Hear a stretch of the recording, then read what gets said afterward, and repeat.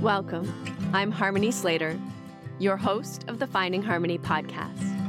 Over the past 20 years, I've taught thousands of yoga teachers and students to explore the intersection between ancient wisdom and modern everyday life, using mind-body practices to heal, awaken, and manifest their dreams from the inside out. This podcast is a sanctuary for those feeling overwhelmed by life's challenges. Are you ready to jump in and discover how these challenges aren't actually in the way, but are the way to finding harmony? Let's invite the magic back in. What do you get when you combine a Benedictine monk, a math teacher, and a money manager? The answer? You get Doug Lynam. Today, our guest is not your typical financial advisor. He, for many, many years, a couple of decades, lived in the silence of a monastery. But since those days, Doug has traded in his robes for spreadsheets, but mostly for writing books. He has not lost his commitment to spiritual integrity and service and doing that deep inner work of transformation, but he's bringing it into a new form that can truly help others. He's the author of 2 groundbreaking books that bridge the inner world of consciousness with the outer world of cash flow.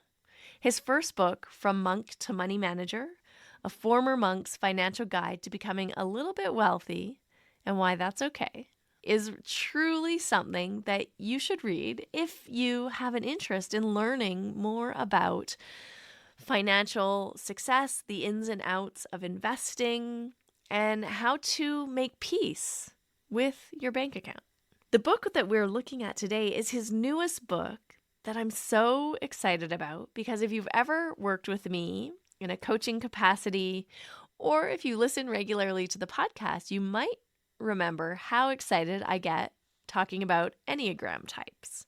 And I use the Enneagram a lot in my individual coaching work. We always explore what your Enneagram pattern is and how that might be showing up in your life, how it's affected you, and what those deeper inner wounds are. And so today we're going to look at how your Enneagram pattern might be showing up in your relationship to money.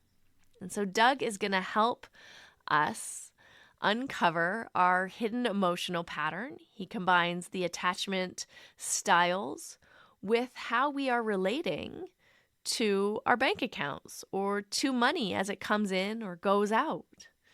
And these are what he calls the money monsters, which are some of the shadow sides of what each Enneagram number brings, as well as the emotional pattern that money can conjure up in us. And so with deep insight and a refreshingly non-dogmatic approach, Doug is going to show us that financial success doesn't have to come at the expense of our values. And in fact, when done right, wealth can be a vehicle for wisdom, and it truly is.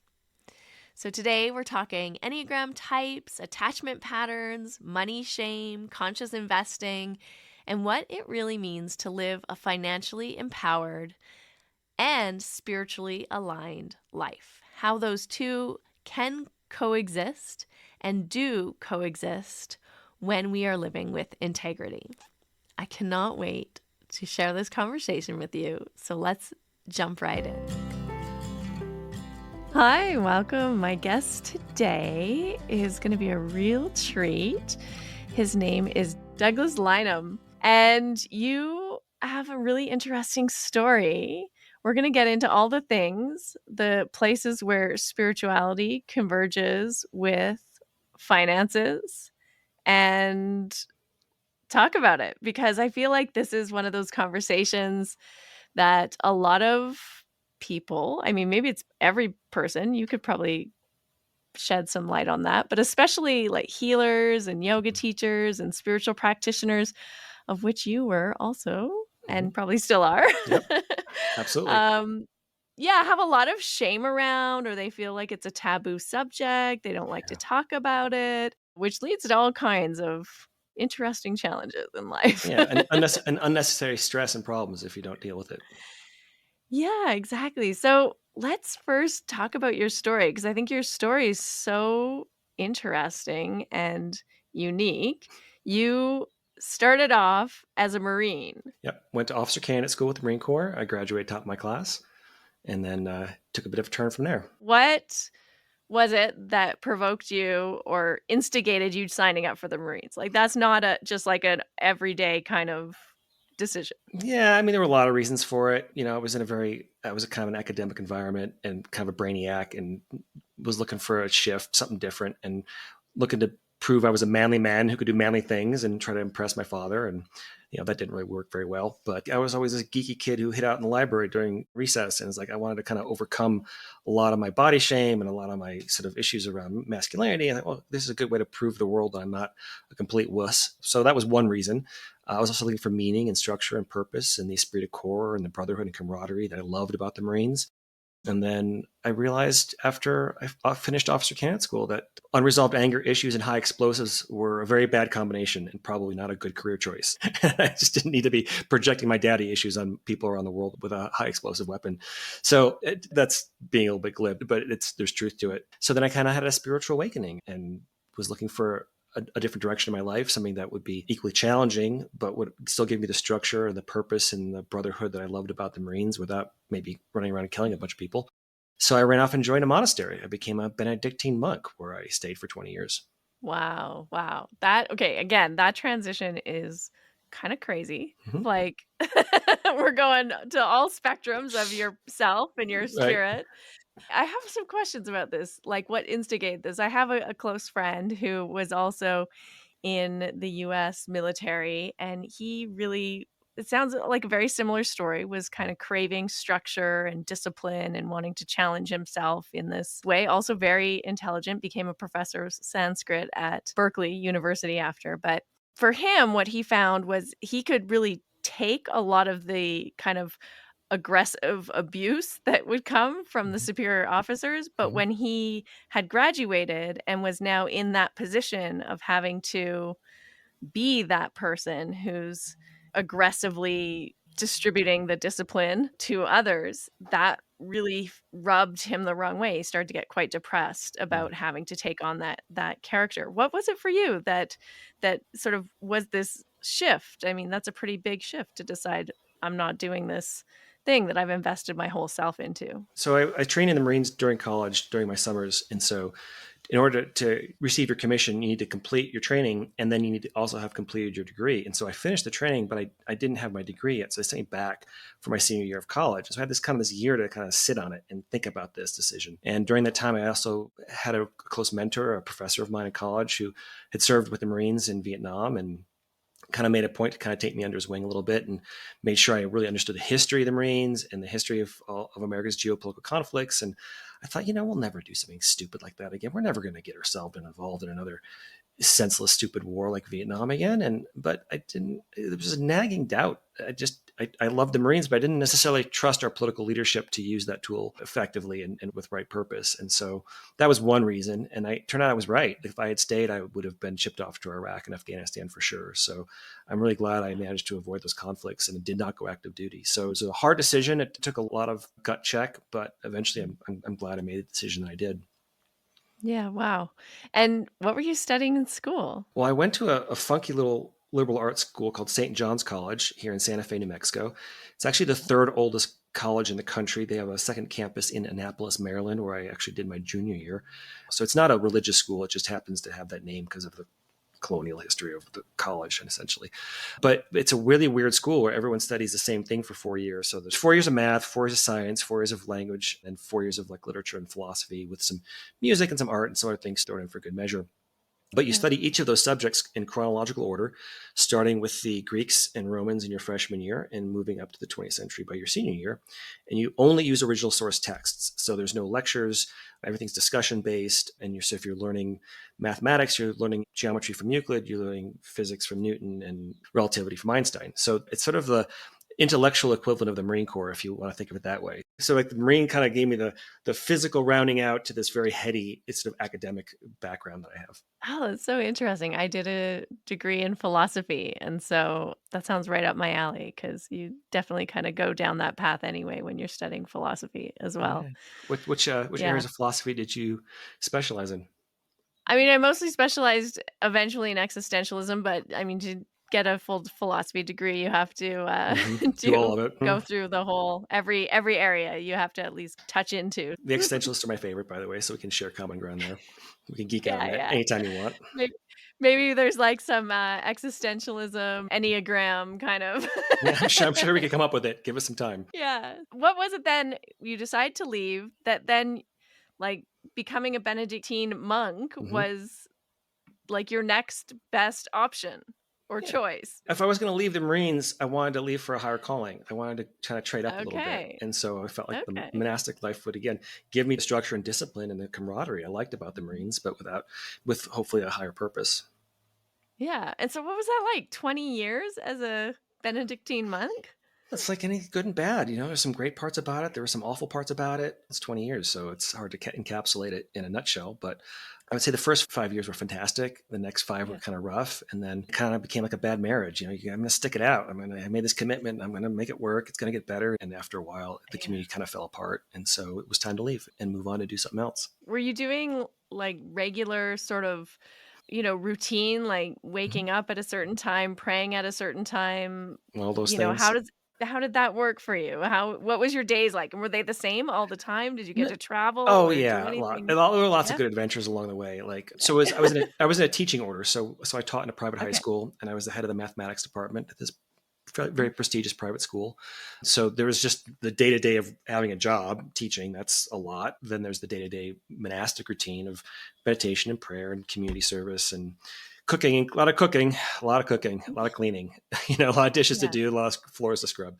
So that Yeah. was maybe the less glamorous parts of it, but it's just, it's like you've got a community and it's like a family and you've got all the things that any family needs to take care of, getting the Yeah. yard cleaned up and getting the trash out the street every day. But every day was a little different, just like life is. And we had our summers off. So we would take every summer to do an intensive retreat as a community out to California. We go out to the Big Sur area and, well, Monterey, California. We had a retreat center there. And so we would get a couple months off to just really go deep at that point. That was really my favorite part. And we traveled, spent some time in Italy, spent a summer in Rome, spent a summer in India in an ashram living there for a bit. Got to Oh, travel the amazing. world and see lots of cool things. And it was a lot of good adventures.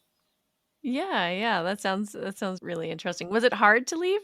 Was it Yeah. difficult to transition back to regular life? Very difficult because you're leaving everything you know. You're leaving your career, you're leaving Yeah, your friends, you're leaving your family, you're leaving your faith in a way. Like I had to kind of let some of that yeah, go, and it was a very very difficult transition. One of the hardest points of my life for sure. yeah, wow. So much of our stories, even though they're totally not the same, I really feel I resonate with just because we were very much embedded in a very strong Ashtanga yoga culture or lineage where, it Mhm. wasn't so much about being in the monastery, but, going to India every year and Mhm. spending 2, 3, 4, 6 months in India Mhm. just practicing and doing your routine and going through the rituals and studying and learning. And when that kind of, like you say, sometimes these groups and organizations become a little bit like uh, a separation. You sort of enter a trial separation Yep. period. Yep. It's really challenging when your career, your identity, your friends, Mhm. your group of support people are all wrapped up in a culture Mhm. or a community that you're starting to maybe move away from in some ways. Exactly. Yep. You understand. What was that like? It feels a little bit like a dark night of the soul, maybe like questioning. Oh yeah, everything was in turmoil. Like just there was no part of my life that felt stable at that point because everything was in Mhm. flux and a new career. And I transitioned into finance, and my career was going well, but it was still a new career, and hustling, and then a lot of uncertainty. But it brought me here, and here's good. Yeah, and probably feeling like you're catching up too, Yeah. like what just happened? Like, yeah, I mean, amazing experiences, right? But then Mhm. you're kind of like left life for 20 years, and now you're kind of scrambling to catch up to Exactly. And maybe made some something. mistakes trying to catch up a little too fast. I think I should have some Right. things I could have slowed my roll a little bit. Maybe would have been a little bit wiser. But I kind of tend to throw myself into things, and that's just kind of Yeah. how I roll. But Yeah. definitely Sounds like it. So, this fascination or interest in the Enneagram, was it something that started during your years as a Benedictine monk, or did it come up after? not at all. So I got this book deal from HarperCollins. They gave me a two Yeah. book contract, 6-figure contract, a Yeah. couple years ago. It's a big deal. Maybe just backtrack for your audience, just Yeah. to fill in some gaps here. We've hit the Please. highlights, but there's Yes. some filler here. Maybe we should let them in on. Yeah. Fill it in. So yeah, so I grew up in a town called Naperville, Illinois, in suburbia of Chicago, and I grew up in a fairly affluent family. My dad was an executive for an oil company, but money in our house was, if from my childhood perspective, which was very limited, of course, it felt like money was weaponized. Like money was the tool that people used to control each other and harm each other and get compliance. And uh, a lot of times I would say love felt conditional, like you do what we want you to do, you get stuff, and if you don't, you don't get stuff. And so it's sort of this transactional nature to affection and love at times. And my parents were they're good people, loving in their own way, but they had their money traumas. They grew up in a poor immigrant family, so they had a lot of money anxiety, and they kind of tried to live the American dream and scramble their way up, and they did well for themselves in many ways. But when my parents divorced, everything kind of flew apart, and then money became this real tool to hurt each other, and Mm. kind of played financial chicken with their kids sometimes. Like, you ask your dad for something, he's like, I gave your mom all my money, ask her. He asked my mom, she said, your dad has all the money, ask him. And you end up actually not having as much stuff as a lot of friends who were just middle class. It's like Yeah. just wasn't anything there. And so my brothers and I all rebelled in our own way, and eventually we all took a vow of poverty. We all basically rejected the world of materialism in different ways. I joined a monastery to get away from the world of money and materialism. My twin brother ran off and became a homesteader in upstate Vermont, and was adopted Oh. by a Native American tribe up there, an Abenaki family. And then my older brother ran off and joined a grunge band in Seattle. So they had they got a 2 album deal, and did all right. Wow. Yeah. So, but then the lifestyle it was hard on him. It was just brutal. So now he's an accountant, the bookkeeper, and Wow. does that. Okay. But Wow. so he, Is your other brother still in Vermont? no, he's now at Bard College. He is a piano technician and restoration. He does piano restoration repair, and he's in charge of all the concert halls and all the instruments for the college. So he oversees their music program on the technical side. Wow. You all have very interesting paths that you Yeah. took. So then I joined the monastery in part. It was a great way to really piss my parents off. It was really kind of an act of rebellion. I was trying to flabbergast them, and I succeeded at that. That was a great way to annoy them. But I thought I was leaving the world of money and materialism forever, and I wanted nothing to do with it, and the capitalistic system and the whole rat race and yada yada. But it turns out that I was living in a community where we all hated dealing with money, and we all kind of had a very negative Mm. mindsets around it. And we basically took the vow of poverty maybe a little too seriously. And about 3 years into my 20 years in the monastery, the community went bankrupt because there was a lot of deferred maintenance and just a lot of medical stuff, and bills were piling up. And so, by a weird twist of fate, the responsibility for digging the community out of that hole fell onto my shoulders, and I just walked into a bookstore one day and just grabbed every book on finance I could find and just started reading them. That's what my undergrad degree gave me, the ability to just pick up books and learn from a book. So I did that. And it took a few years to put the community back on a solid financial footing, and I did that and realized I had some talent with that. It was a skill set I could develop. And since I was teaching at the time, I realized it was a school.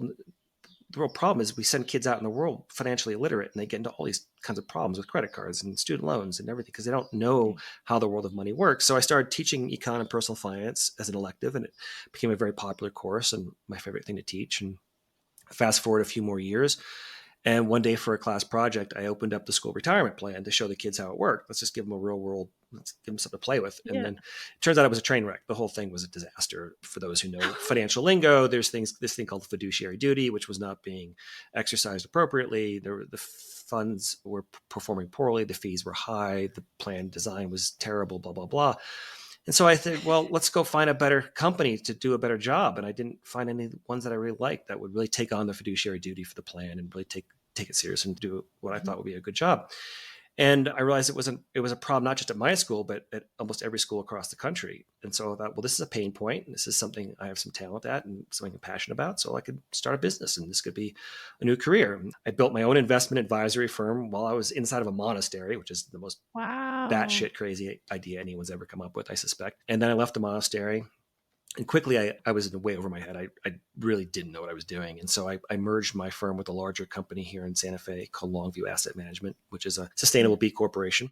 And then right when that happened, the New York Times was doing once a month, every month for 6 months, they did a big full spread expose on the problem of teacher retirement plans across the country. And this was happening right while I was launching my business. And so I shot them a little email. I just reached out on Facebook to a guy named Ron Lieber, who's the financial columnist for the New York Times, and told him my story. And he got excited, flew out to Santa Fe, did a big article on me, and that hit the front page of the New York Times. The business section went viral. That really launched my career in finance. And so I branched out from beyond just doing teacher retirement plans and doing individual wealth management and a lot of other cool stuff. And I built the first environmentally sustainable retirement plan for any school or nonprofit in the country, a couple other cool milestones along the way, wrote my first book. Then I got my book deal. Agents from New York reached out and said, hey, you got a cool story. You want to do a book? I'm like, I'm not a writer. Well, I am now. So I'm not going to pass up a book deal, 2-book deal. It's sort of like winning the literary lottery. Nobody gets those kind of... Yeah, totally. Nobody gets those deals anymore. With no platform and no publications and nothing, right? Nothing under my belt. But I sent them some sample chapters and they liked it, and off we go. So that was my first book, which is From Monk to Money Manager, a former monk's financial guide to becoming a little bit wealthy and why that's okay. So that's my first book. It's really a how-to book. It's a good basic primer and the nuts and bolts of financial management. And I just used my stories as hooks, like the stories of the monastery, stories of my clients working in finance, just to kind of teach people the ins and outs of how to. And now, coming full circle to your question about the Enneagram. So I had this 2-book deal, but now what's the second book going to be on? And so what I was looking for was a way to help people have a healthier and more ethical relationship to money and wealth. And I needed to, if I'm going to do this, I'm going to build a system out that to help people have a more ethical relationship to money, I need a framework that transcends religion, politics, and culture. Like, what would be some framework that I could sort of map money and finance onto that would do the trick that people could appreciate no matter where they're coming at from whatever walk of life. And so I tried a couple different systems. I first started working with a thing called spiral dynamics, which is super complicated and crazy, and integral theory, which you may be familiar with. And so I spent about 2.5 years writing a book on integral theory, spiral dynamics, and money. Wow. And it worked, but I sent the draft, kind of the outline of the book in the first chapters to my publisher, and they're like, no, it works, but no one's going to read it. Who's going to read that book? And I'm like, well, nobody, right? Because it needs to be a mass market publication. That's what my publisher wanted, and that's what I want. And I just kind of threw this Hail Mary pass at them. I had a good friend of mine whose name is Richard Rohr, who I've known for 30 years. He's kind of just like you've just known him for 30 years. Well, he said the mass at my ordination ceremony when I took my final vows as a monk. So that's how I met him for the first time. Amazing. And we've managed to have a very robust friendship over the years. So he kind of taught me about the Enneagram along the way. I knew enough to be dangerous, but not just enough to know my type, and just kind of, but I never gravitated to the Enneagram because it always felt very woo-woo to me. Like, I'd ask Richard, like, well, why does it work? And he'd just be like, I don't know. Nobody knows. It just works. So it just seems to work. So I can't explain why, but it's useful. So why not use it? And I'm like, well, that doesn't really satisfy my philosophical math mind very well. Yeah. But anyway, I was desperate and I didn't want to lose my book contract and I needed something to send my publisher. So like, well, what if I tried the same thing with the Enneagram? And then 12 hours later, yes, we want that book. The Enneagram is popular. Do it. I'm like, oh shit. So now I got to become an expert in the Enneagram, which would serve me well. And it was fun. It was a fun project because what I've done with this book is I really, without knowing the why behind why something works, I can't teach it. I can't explain it to myself. Then I can't explain it to anybody else. So I had to really reinvent the Enneagram from the ground up to put it on really strong foundation, a strong intellectual foundation, and ground it in both childhood developmental psychology and ground it in the latest neurobiology, which I think I've successfully done, which I think is a pretty big breakthrough in the Enneagram. And I've changed the system in a lot of ways. I've changed a lot of the terminology. I've created a more streamlined approach. I've created a kind of a 3D model for the whole thing rather than the traditional 2D kind of circle thing people might be familiar with going around. A lot of improvements, a lot of, I think, upgrades for it to make it just so as you know, in philosophy or mathematics, if you want to start any system, you have to ground it in axiomatic assumptions. You have to state what are your unprovable assumptions. Everything needs them, even math, right? And so that was my quest to figure out, well, what are the fundamental assumptions of the Enneagram? how do I communicate them, and how I build a deductive logical system step by step from the simplest beginnings all the way up to the highest states of enlightenment. Amazing. I mean, it's so interesting Mhm. that this kind of fell into your lap after being a monk, because it is kind of, as just often described, like it's used in a lot of Christian mystic Mhm. circles and Mhm. just also Christian circles, but also like non-Christian spiritual, it's like a spiritual personality Yeah. typing or patterning system. Yeah. Well, I would say it's the physics of consciousness. It's an ancient system, and we can trace it back to the Egyptians, to the Greeks. It goes all the way back because it's like mathematics. It's like, who discovered mathematics? Well, it's always been there. The Enneagram's always Yeah. been there, but we really didn't really get our head around it. It wasn't until two guys named Oscar Chazo and Claudio Naranjo in the late 20th century started really putting some meat and on the bones of the Enneagram, and really tying it into the best of psychology they had at the time. And I'd like to think I'm kind of continuing their lineage a bit and saying, okay, can we kick it up another notch? Can we really ground it in the science to understand how does a human personality form? Because there's only so many ways you can design a human ego and have it be roadworthy. So I use car metaphors a lot because cars are kind of helpful. Everyone drives, I noticed that. everyone, and I'm actually not a car guy. It was a metaphor that it just started. I had like 10 different metaphors in the book, and then my publisher was like, pick one. All right. And it just worked. So I kind of stuck with it, even though cars aren't really my thing that much, but it's all good. So you have to think of your personality like it has really two components to it. It's got a nature and a nurture, right? So your nature is your DNA, and that's going to be predetermined on how your genes express by your environment and all the things. But then the other part, what the Enneagram is it's your nurture part. That's the kind of the ego defenses that your personality developed in childhood to help you survive. And you needed it and it was necessary. But then those ego defenses that play out over time, particularly in your adult life, they can become maladaptive and they can get us into all kinds of trouble, particularly around money. So that's the thing, is like, how do we, the Enneagram tells you kind of what's the lens through which you view all of reality. It's sort of like there's a story by David Foster Wallace. He tells a story of these two young fish swimming up a river, and there's an older fish coming down, and the older fish says, "Morning, boys, how's the water?" And swims on. And one of the younger fish turns to the other one and says, "What the hell is water?" Like, right? And the Enneagram's like, it's the water you've always been swimming in. It's that thing through which you view all of reality. You just don't know it until someone points it out to you.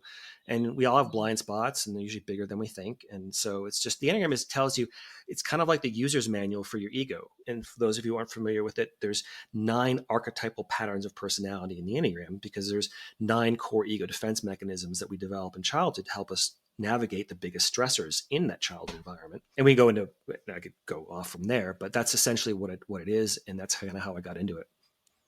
What were the 2 axioms that you came up with that created the structure of? Sure. Well, there's just one. Yeah. So there's one axiomatic Okay. assumption. And so Yeah. you have to kind of do a thought experiment and think about, what was it like when you were in your mother's womb, when your consciousness first flickers on? And the Mhm. axiomatic assumption is that you were in a state of unconscious unity. So you didn't have a clear sense of self or not self. Your ego isn't formed yet. So you're unconscious. You're not aware of you, and you're in unity with everything you can experience, even though it's extremely limited. And then Mhm. from that assumption, then there can be neonatal trauma, which I skip over because it's too complicated for this book, and it's dense enough as it is. But at any point, you get popped out of the womb, and surprise, you realize there's more to reality than just me. There's me, and there's a lot of these other things that are not me. And you need to become Mhm. aware of them pretty quickly, or they'll get you killed. But there's a physical umbilical cord that then gets cut, and then you're physically separated from your mother. But then there's this psychological umbilical cord that forms immediately that bonds you very tightly with your caregivers. And it creates an egoic codependence, because your caregivers have to do the driving for reality for you for the first several years of your life. So they're really Mhm. kind of doing all the work, and you don't even have what's called object permanence. Like, you can play peekaboo with a child, right? Because Yeah. when your face disappears, they think you've disappeared. They don't understand these things, that they're not looking at it. It doesn't exist Yeah. to them. So there's this whole maturation of individuation and personality that has Mm. to form in your childhood. But what we've learned from the Enneagram and what we've learned from the neuroscience is that psychological umbilical cord has to be cut, right? You can't be Mhm. egoically codependent on your parents forever. You have to develop, and there's a natural maturation process that occurs. And some of it's a little more traumatic than others, but it's traumatic for all of us, and to some extent. And you can only cut that psychological umbilical cord with sharp negative emotions, because positive emotions will just reinforce your connection to your caregivers. And a lot of those negative emotions come through the no's that we get, through the, don't touch the hot stove, or don't kick the dog, or don't bite your sister, right? Mhm.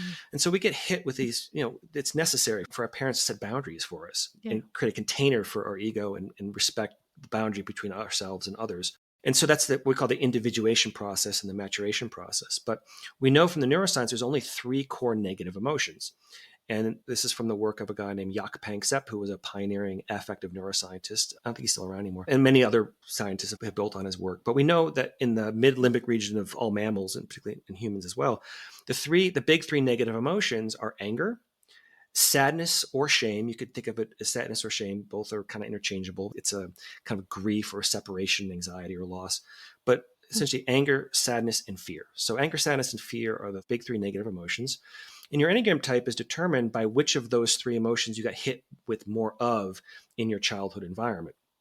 And so it creates what we call these 3 triads. So if you think of the Enneagram like a pie, like a pizza pie or apple pie, whatever you want, actually a color wheel works better. So think of it as a color wheel. And we can break that color wheel into 3 quadrants, the anger, sadness, and fear quadrants. And then inside each of those, we can subdivide it 3 more times, because there's 3 ways you can process that emotion. You can take that negative emotion and you can externalize it, which is kind of like having a food fight with the world, or you can internalize it. It's kind of like giving yourself an emotional wedgie, or you can have both. And so so 3 by 3 gives us 9. That's why there's 9 personality types in the Enneagram. There's 3 core negative emotions, 3 ways to process each of those emotions. And then that determines, I call that your sacred wound. That sacred wound is how that psychological umbilical cord is cut. And then for each of us, it creates a unique unconscious fear, or our greatest unconscious fear. Then our shadow structure grows in childhood, and our ego grows to kind of protect us from that greatest fear. And it does a good job. It's necessary. But over time, as we talked about earlier, it can really drive our lives into a ditch if we're not mindful of it. And so in the quest to outrun our greatest fear, one of the great paradoxes is it tends to, in time, create that very fear, bring it to life if we're not mindful of it. And that creates all kinds of suffering. And then there's the whole money component. So that was a very long-winded answer to your question. It was great. That was like the most succinct way anyone's ever described the Right. Enneagram. And so Good. maybe just go back to that axiomatic assumption, Yeah. is that you're starting in unconscious unity. Then you're moving to conscious separation. That's sort of the midlife. Your ego is. Yeah. So I've drawn the Enneagram as a double cone. And so think of like 2 traffic cones stuck together, right, at their Yep. bases. So the bottom of that peak of that one cone is where your consciousness first comes on the womb. Then the bottom half, your shadow structure grows in childhood and develops to what I would call peak ego inflation, where your ego is sort of so strong, it's almost like a blowfish that's puffed up, and it creates a sense of separation, not just from others and from the rest of reality, but can even create a sense of separation from your spiritual connections or your sense of divine. And that can throw you into what we call the dark night of the soul, which we all go through at some point. And then the Enneagram, it gives us a path through that dark night where our then ego can break open and we can move into our enlightenment structure, which is the top half of that double cone. And that path is unique for each Enneagram type. There's a very clear linear path I've mapped out for each of the 9 types and what that looks like. But then the point really, as I'm sure you've know from your own spiritual practice, is that the highest point there is conscious unity. So that's what we're trying to get people to, is to that awakening and that enlightenment, even briefly in moments of meditation or prayer or contemplation or whatever it is that your spiritual practice is trying to help people reach that sense of conscious unity so they can live in love and service to the world around them. And then money becomes a tool for that service. Wow, that is beautiful. I really hope everyone gets this book because I have had a good time reading it. And I loved also that you brought in the attachment styles Mm-hmm. and combined the attachment styles with the Enneagram work, with how you're managing money or relating to money, which was really, really fascinating. Yeah, so to explain to your listeners how this works, so you've got your 9 Enneagram archetypes, and there's infinite variety inside each of the 9 types. So it's like a color, all the colors in the rainbow fit inside any one of these. But then what I've layered on top of it is what I call the attachment theory of money, which is based on the attachment theory of relationships, which, if for those who are familiar with it or not, basically what the attachment theory of money says is just like in our romantic relationships, we can have a healthy attachment to money, which is what the book is trying to help people achieve. But we can also have an unhealthy attachment to it, and it tends to manifest in one of 2 ways. One would be overly anxiously attached to it, where we're sort of a little too greedy, kind of like Ebenezer Scrooge, like money, money, money. It's just constant money anxiety Yeah. around finances, or you can be fearfully avoidant of it, like I was when I joined the monastery. Like I wanted nothing to do with it, pushing it away, rejecting it, thinking that money is evil, the world of finance is bad, or some whatever prejudice is in your head. And that can manifest in different areas of our lives. So there's what I call the 4 pillars of finance. Most of us are sort of a jumbled mix of these two, anxious and avoidant, depending on the area of our financial life that we're talking about. So the 4 pillars of finance are going to be earning, making a living; saving, you got to save more than you earn or you'll always be broke; then investing and harnessing the power of compound interest to build real wealth; and then giving. And we all have an ethical, I think, responsibility to give back to our community in whatever way we're called to. And so within those 4 pillars, you can be anxious in one area and avoidant in another, or you can kind of flip flop depending on the time of day or your mood. So it's helping people be aware of those tendencies, and we tend to gravitate to more towards anxiety or avoidance in general, but tends to manifest in particular areas of our lives more than others. So people might be like, there might be anxious earners, like my dad he made a lot of money, but he also spent a lot. And so he didn't do a great job on the saving side and the investing side. Or some people I know are really generous givers, but they don't save and invest. And so they don't really have a lot left for their own needs and for their retirement. So there's just different ways of approaching it. And each Enneagram type, it tends to have strengths and weaknesses in each of those areas. Yeah, and I found it interesting in your book. You also talked about like how the pattern or the core wound also affects these different areas, or like the way that this type of pattern would manifest. Exactly right. Do you mind sharing your type? Would that be?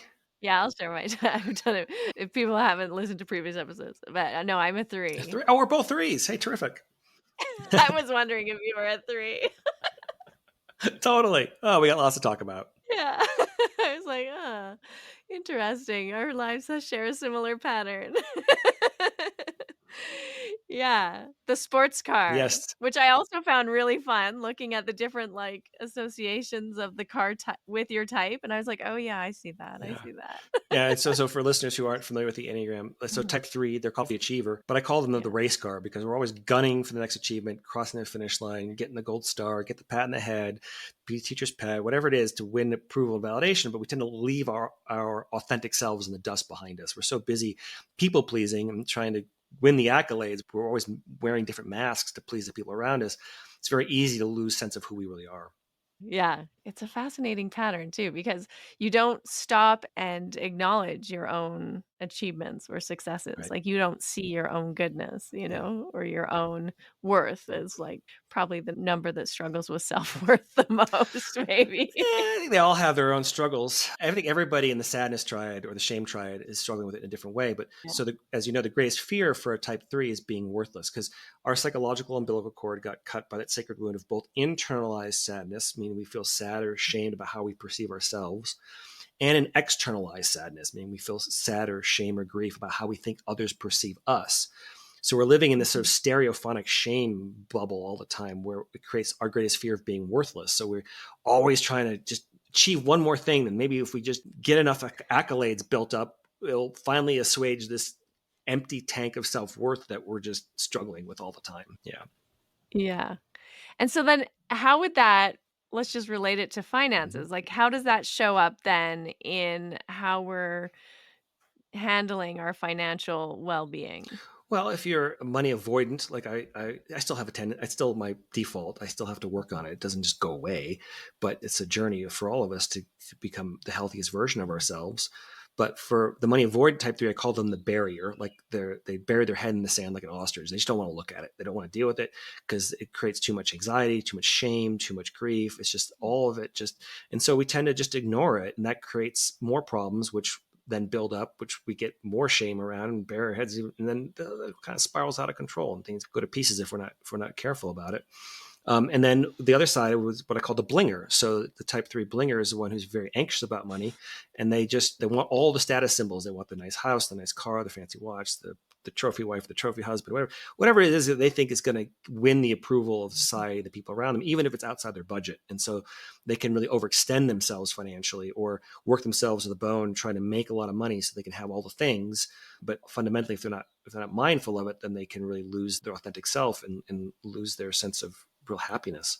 Yeah, it sounds like that's maybe a very dominant pattern in our culture that we think about when we Mhm. think about highly successful people who achieve all of Yeah. the things and have a very large bank account, but then come to this conclusion or this feeling of like, well, it's all meaningless or it's all worthless. Yeah. And And yeah. people say that different cultures are different Enneagram types. So there's the kind of general consensus that America tends to be a type 3 culture. Yeah.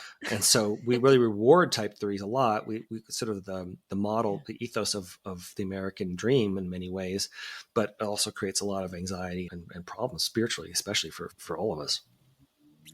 Yeah, and I mean, it's interesting too with the Enneagram when you go into a stress response, like the area of stress or the area of unhealthiness where you sort of go into versus growth. Mhm. And let's talk about the 9 Okay. because that's also interesting because Yeah. that's the peacemaker, Right. right? And there is a relationship to the 3 that we tend to kind of, like, hang back when we're under stress and, like, wanna go into, like, I'm just not gonna Hmm. participate or disrupt the apple cart because I'm not feeling secure in myself right now. But the 9 is often, I think, pedestaled in spiritual communities as the highest kind of number, no? Like, the peacemaker, the one who's just, like, not disrupting anything. I mean, I think it's a projection. I think Yeah, yeah, it, projection, it's that's what I it's mean. like It's not the highest. no, there's no highest type anyway. So the thing about the 9 and their real problem is that they're sitting on a volcano of anger. They're in the anger triad. So they have this deep internalized anger at themselves in their childhood because they couldn't meet their own needs as a child. And there's an external anger at their environment because the external environment wasn't meeting their needs either. So they learned to shut their needs down. They learned to get along by getting along, just by basically by not expressing their needs or desires. They create this kind of harmony and peace around them, but they have a really hard time standing up for themselves or sometimes, or really getting their needs met or expressing what they really think. They tend to merge their opinions with the people around them and they tend to go with the flow. But the problem with that is so we all have a worst vice, right? So for the type 3s, our worst vice is deceit. We're always changing masks to please the people around us. And the worst vice for a 9 is sloth, is not taking action to like really resolve the conflicts in front of them because they don't want to face the tension or the anger or all the issues that arise when they're confronted with the conflict. And so they tend to brush things under the rug. And so nothing ever gets resolved. And they tend to have a hard time, building up a robust financial life if they're not mindful about that. So the peacemaker it's in a way, we should be thinking about each of these labels. They're somewhat pejorative, right? It's like, yeah, you're the Yeah. peacemaker, but what you want for a 9 to get to is what I would call a harmonizer, not a peacemaker. Mhm. So harmony comes after We found you her. We found her. found harmony There finally. you are. And so real harmony comes after a fight is resolved. Like that's where the real peace comes when you've confronted the conflict, you've resolved the issue, and the Hegelian dialectic, right? Synthesis, antithesis, and there's Mhm. a resolution. And so that's the thing that the 9s have a hard time doing. They have a hard time resolving those opposites. And so it isn't like they're higher than the rest of us. They just have a different set of problems to deal with.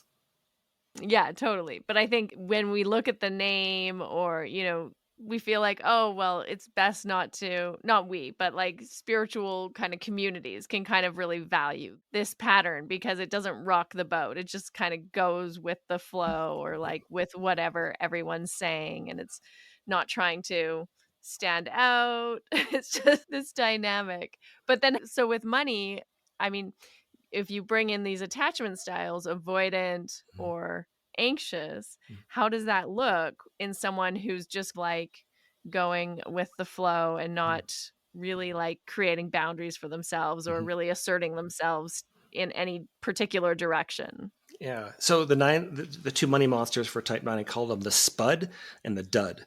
So the spud is sort of like the couch potato who just, they could take action, but they never kind of get off the couch and get to work. And that's where we as 3 will go to in stress a lot of times, when we've caused a lot of problems through our vanity or our ego addictions and whatnot, we fall back into that. Our default way of looking at life is sort of like, look at me, look at me, look at me, look how wonderful I am. And then when that's causing problems for ourselves, when our deceit or our vanity are out of control, then it's like, well, you can't use more vanity to solve the problems that vanity has caused. So we have this ego stress response, which is to retreat kind of into this evasion of a type 9. And so, I'm just gonna lie here and binge Netflix and yes. not show up for anyone. Yep. I know it well. I know it very well. And so for the 9, how there's a spud, and then there's the dud, which is the 9 who is money anxious, but there's a lot of flurry of activity, but nothing ever really gets accomplished because they don't really want to face the conflict to resolve the real issues in front of them. So they can be a whirlwind of activity. So it doesn't look like they're being slothful exactly, but they are in a way Mhm. because they don't really want to face the real problem in front of them. It's fascinating. I work with a lot of like entrepreneurs. I'm just thinking, so say there was a yoga teacher who was type 9 in the Enneagram, and if they were in this sort of anxious pattern Mhm. dealing with finances, it might be like rather than doing the thing where you're creating students, like going out and offering a class somewhere or finding ways to create income for your business, Mhm.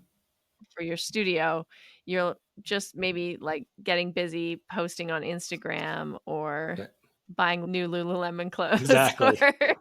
like Exactly. yeah, like cleaning the studio or Mhm. reorganizing the mats Yep. or doing like busy work but not actually doing the work that's going to create financial health for your You business. nailed it. Okay. Amazing. I love this. It's such a profound way to look at money and look at our patterns around money. So, what can someone do if they've gone through your book? Mhm. Do they need to know their Enneagram type before coming to the book? No, not at all. I mean, the book is, I think it tries to be self-contained, but if you need help, you can go to my website, douglynam.com, and there's an Enneagram test there that people can take that I really like. It's called the IEQ9 Enneagram Assessment, and I get a kickback if you take it off my website and take the test there. So just a little plug for me. But it's also the most scientifically rigorous test out there. A lot of the free tests are about 50% accurate. So if you do the free tests online, you kind of get what you pay for. So it's worth a couple bucks to just do a good one and get it right. But if you just Yeah. read the book, I think your type will pop out at you pretty quickly if you just follow along. Yeah. And I mean, that's the thing that I really love about the Enneagram also, as far as a personality typing test, is that you can take the test and it usually gives you like your top 3 Mhm. or sometimes it gives you sort of your score in all of them. But really the way that you understand and identify your own pattern because the Enneagram doesn't really tell you who you are, it tells you who you're not, right? It Yeah. tells you what your pattern Yes. is that you typically go to solve your problems Mhm. or to face the world with. Mhm. And the only one, ultimately, no matter what a test says, is you know Right. yourself, and you're the one that gets to decide Yep.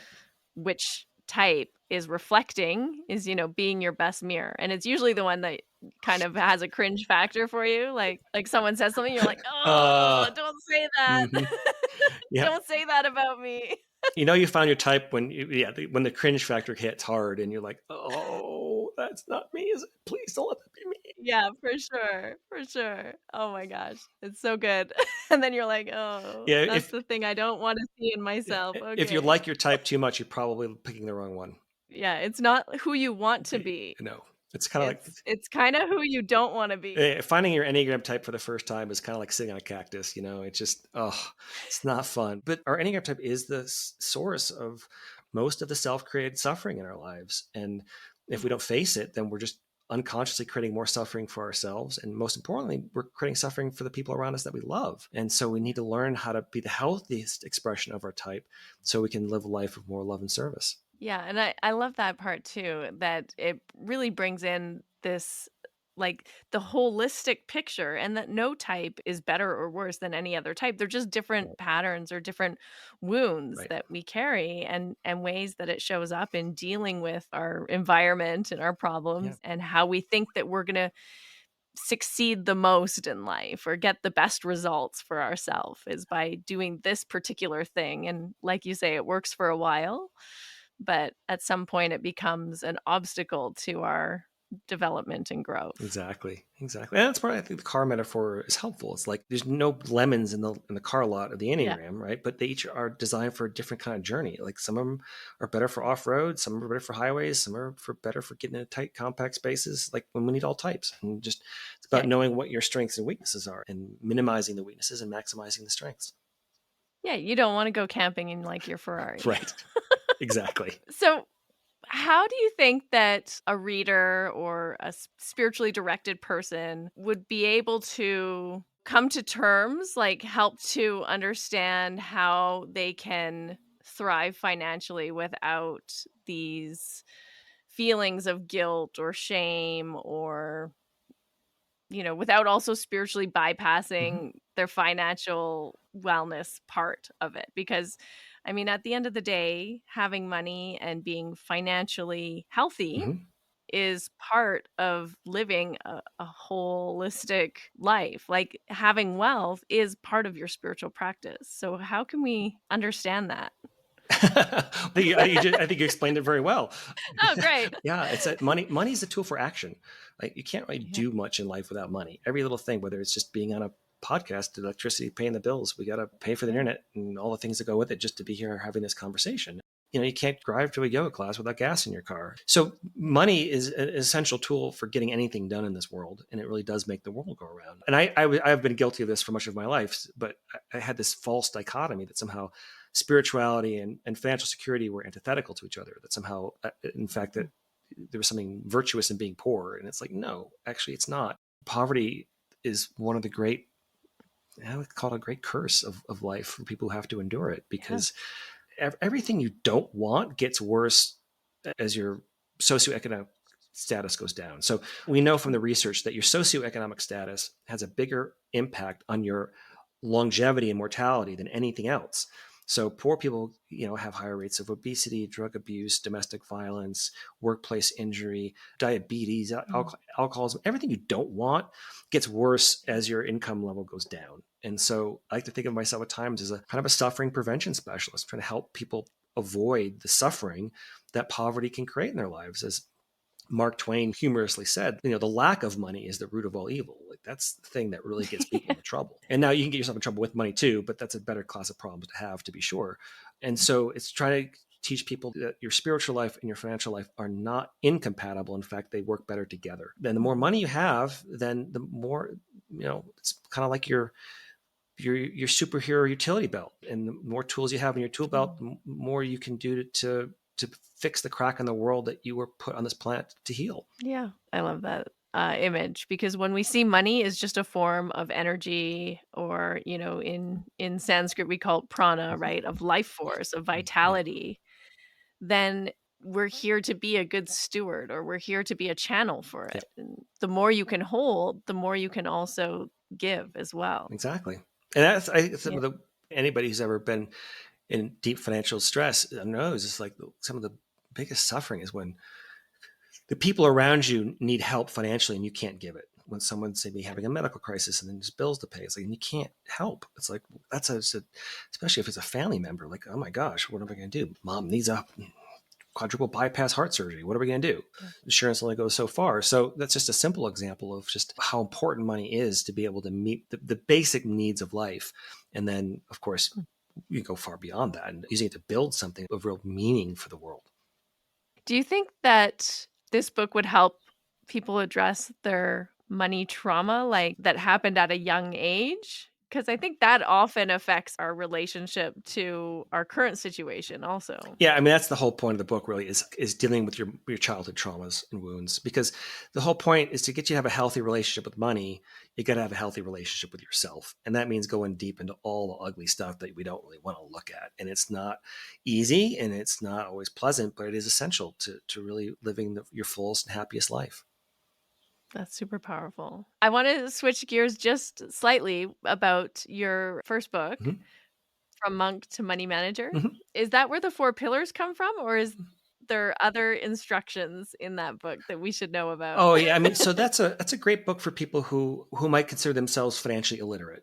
Essentially, if you don't know the language of finance, you don't know about insurance and taxes and investing and saving and budgeting and all how those things work. The first book is a how-to Mhm. guide. It's a nuts and bolts, right? Whereas Taming Your Money Monster is a why do. It's really a book of psychological insights about why you make the same stupid mistakes over and over and over again. So they pair really well together. They're designed to almost be companion books, right? One's the how-to, and one's the why do. Do you think there's anything, I mean, other than reading your book and understanding your Enneagram and your childhood wounds and doing this deeper work, what kind of like practices would you recommend people do in their life in order to create, yes, inner peace, but also this sort of positive relationship with finances and wealth and money in their life. Yeah, I mean, so again, it goes back to your Enneagram type. So I think each Enneagram type has a different challenges to face, and so it kind of depends on where you're at and what challenge you're working on. So it isn't easy to just say, well, here's a simple script that everyone can just follow, because it really is going to need to be something that's detailed to you. And the book helps you figure that out. Like, where are you at, and where is your real weakness? And then what are some practical strategies to overcome that particular weakness that you're dealing with? Because there's a huge variety of people on the planet and a huge variety of issues. So, but I think at the end of the day, it comes down to three basic principles, which is the first one, and this is just basic spirituality 101. The first one is going to be contemplation, right? Having a contemplative practice, a meditation practice, something that's going to allow you to check in with yourself on a daily basis and really go deep inside and ground you with whatever your spiritual connection happens to be. And then the second piece is going to be compassion, is learning to have self-compassion for yourself and your mistakes. And most importantly, compassion for your caregivers and the people around you who created all those childhood wounds and traumas, because they're just doing the best they can. It wasn't really about you. It may have been felt that way, and it's not easy for any of us. And some of us have a lot more trauma than others, to be sure. Depending on how that psychological and umbilical cord gets cut, if you're lucky, it gets cut slowly and easily and gently. But for some of it gets hacked really hard, really early. And that kind of trauma is very difficult to overcome. So there's a level of compassion for yourself, and then for your environment that created all these issues. And then the last part of it is just action, is using that contemplation to figure out what to do.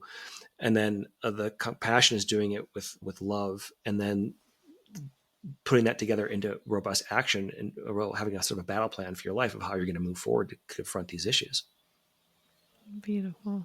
I love that. Thank you so much. So if people want to find your book and go deep into it, where can they do that? Oh, it's so it releases July. It's everywhere. It comes out July 8th. You can pre-order on Amazon right now.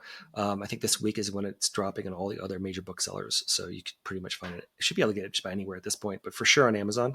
You can always go to my website, DougLynam.com, DougLynam, and you can find all kinds of other resources there. You can find Enneagram test. I've got a Substack channel. I've got a YouTube channel. I got all kinds of videos out there. So those can be really helpful for people as well, in addition to the book.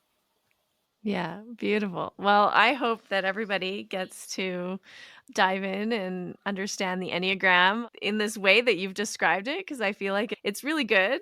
I've read a lot of books on the Enneagram, and the way that you just kind of, maybe it's an engineer's mind, I'm not sure. But you described it so succinctly and in a really beautiful way. And then also understanding how it can really help us thrive as beings, not just on a spiritual level, but like putting it into practice in our finances too, and in our real life situations. So yeah, thank you so much for your offering and for coming up with this paradigm. Well, thank you. And thanks for having a conversation with me about it. It's really an honor. Yeah. Maybe this conversation stirred something in you. If you're starting to see that your inner money story is shaping your outer financial reality, then I have something really, truly powerful for you. It's called manifestation activation. It is a subconscious reprogramming meditation that I created designed to help you rewire your mind, raise your frequency, and magnetize more aligned wealth to you without burnout, hustle, or self-sacrifice.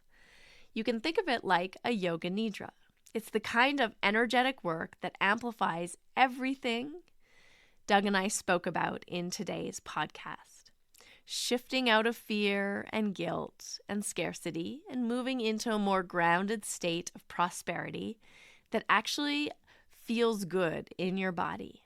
You can download it for free and start collapsing time around your desires right now.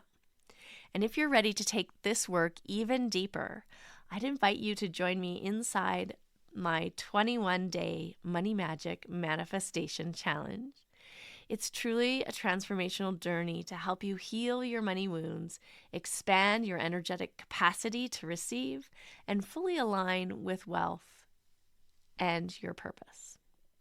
So, your next level is already calling. Are you ready to answer the call? Find the links in the show notes, and I'll see you inside. That's it. We've concluded another episode of the Finding Harmony podcast. I just want to thank you so much for doing the work that changes the world, starting with yourself. It truly does make a huge difference. Please make sure you have your automatic downloads turned on wherever you listen so you don't miss any of the upcoming episodes. I have so much more magic I can't wait to share with you. Lastly, if you're on Instagram, I love connecting and hearing from you. So come on over and say hello at Finding Harmony Podcast. And you can also come say hello to me personally at Harmony Slater Official. Thank you again for being here. I cannot wait to share more with you in our next episode.